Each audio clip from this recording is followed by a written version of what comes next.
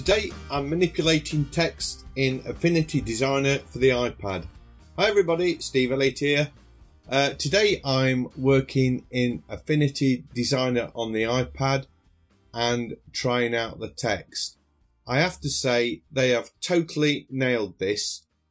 I begin by creating an artboard with a transparent background, and it's quite important that you have an artboard for this because I'm going to design a logo for somebody, and it's a 60s band and they're called 45 RPM. So I just want to sort of mess about with some basic text and do some thumbnail designs. So I'm typing in the number 45, then I deselected the text icon and selected it again and repositioned it. By holding your cursor, your pointer pen on the screen, you can sort of resize the text before you type, and you can use your fingers. If you put a finger down and then touch the screen with a finger and then expand the text, it does it without distorting it. And I'm now selecting different fonts, and I'm just going through the fonts that I've installed on my iPad, and I recommend you do that if you serious about doing any text work. And I'm just sort of manipulating these texts, changing the size by grabbing the handles and just changing the fonts. Like I say, if you put one finger on the screen, it changes the scale. If you put 3 fingers on the screen, it enlarges it, keeps the aspect ratio correct, and it sort of extends it on the center point, so it sort of enlarges it equally both sides and top and bottom, if that makes any sense. But at the minute I'm just sort of positioning text, and you can see how easy it is. That I don't know any other app on the iPad that is this powerful with text manipulation. And this is just one feature of this app.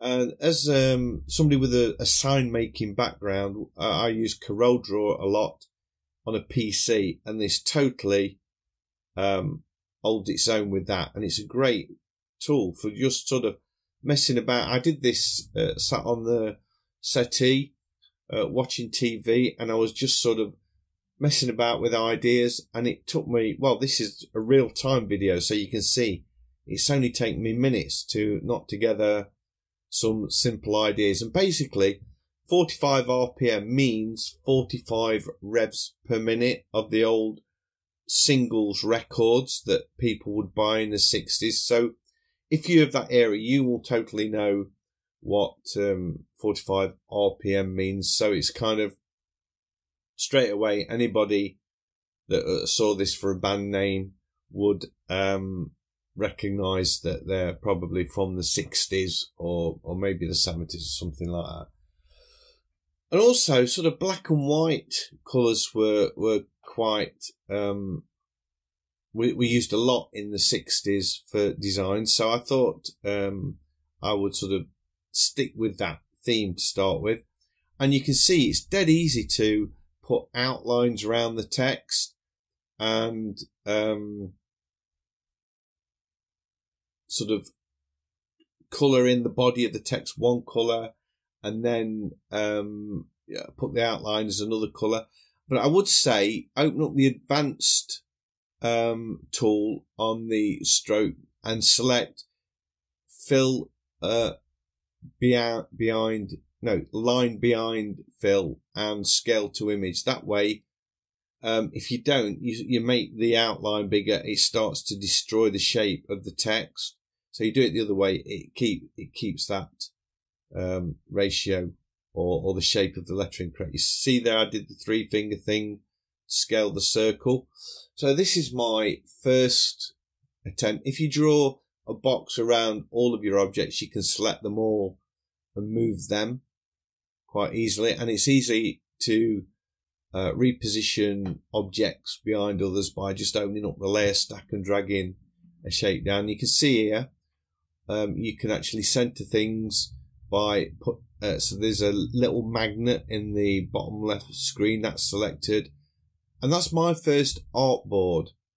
So this is why I created an artboard when I set the thing up, because I can now open up my layer stack, select artboard, then go to the 3 little dots on the menu bar and select duplicate.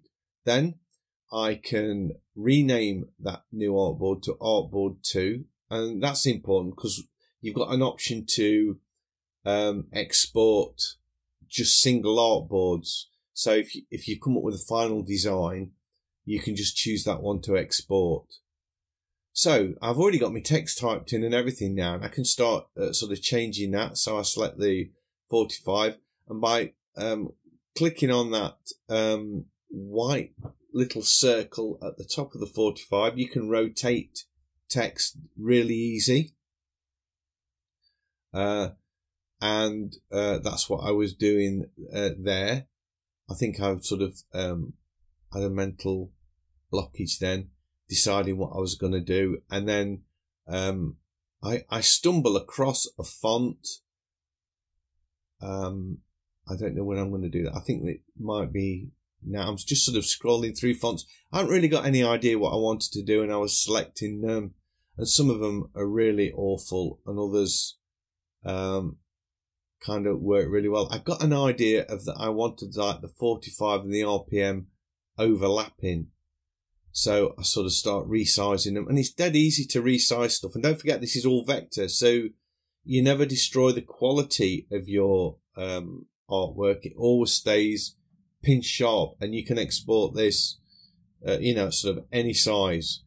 So it's perfect application for, and if you want to put text on anything, I'm doing a logo design here, but if you wanted to put it on, a photo of something, this just makes it so easy. There's no other app that has got this power. I've seen apps where you can type some text in, then you've got options where it sort of changes fonts and position things around, and they look really cool, but usually they're either too wide to fit on what you want or too narrow, and there's no way to get it exactly right. This way you've got absolutely complete control, even over every single letter. I know I'm not usually into sort of painting videos and stuff like that, and this is a bit more about design work. This is the font I've chose. I think it's called Futura, and I'm just sort of positioning that onto the edge of the circle. Anyway, I was saying, if you, I normally do painting videos, but I'm quite happy to do some tutorials on, a bit more detailed stuff. This is an overview, really, of how to use this text and stuff in Affinity Designer.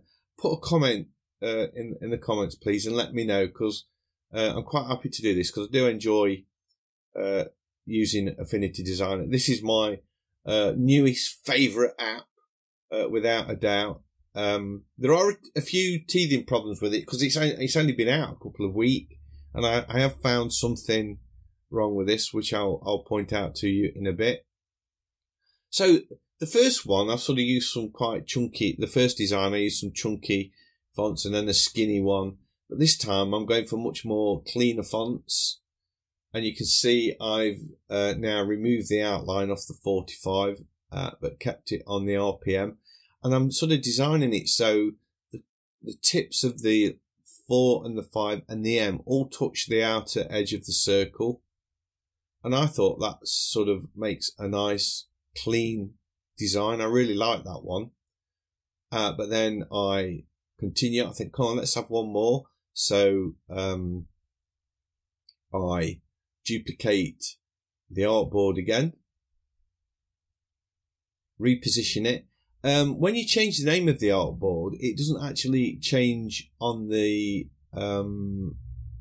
desktop, if you like. You actually have to move the artboard or start working on it before it changes the number. You can see there it still says artboard 1. So that was one bug.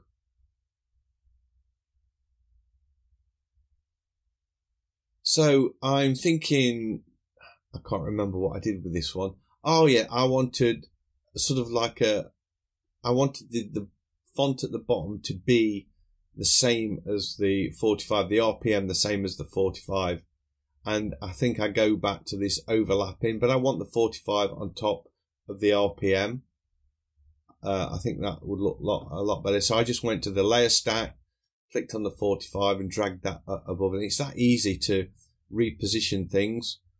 And then I use the, I think I just eyed them up visually, because the problem with text, if you see the 45, for example, you've got all this space on the top part of the 4, but the 5 is almost square in the top right. And if you was to center them, actually physically center them on that shape, it would look totally wrong. So I do it visually. You can't do it mechanically, if you like.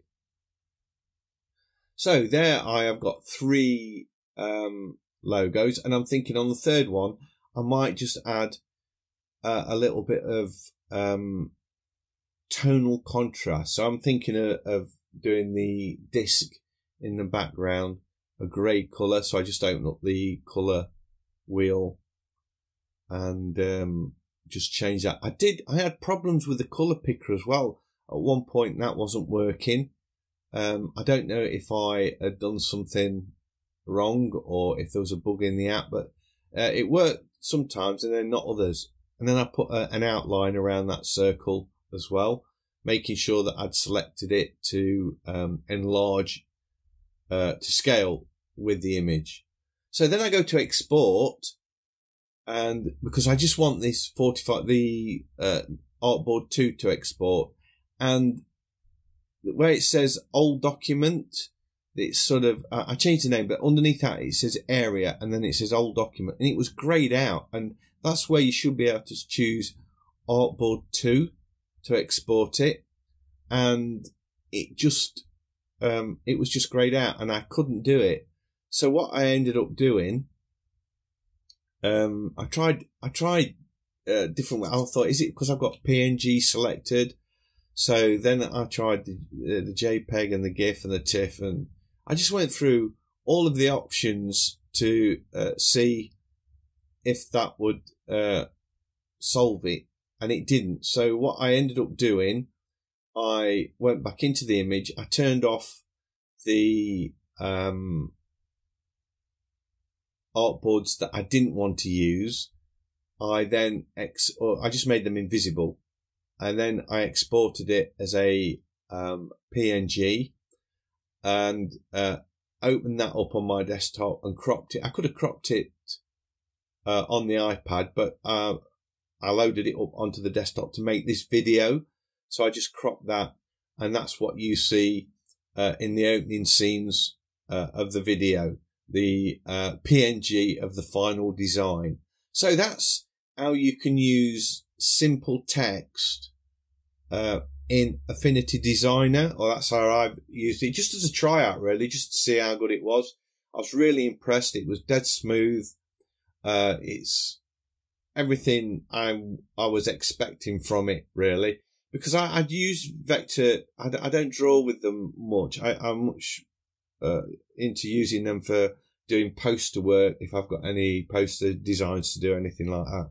So anyway, that's it. I hope you have enjoyed this video. If you have, a big thumbs up, as always, is much appreciated. If you're new to the channel, please consider subscribing.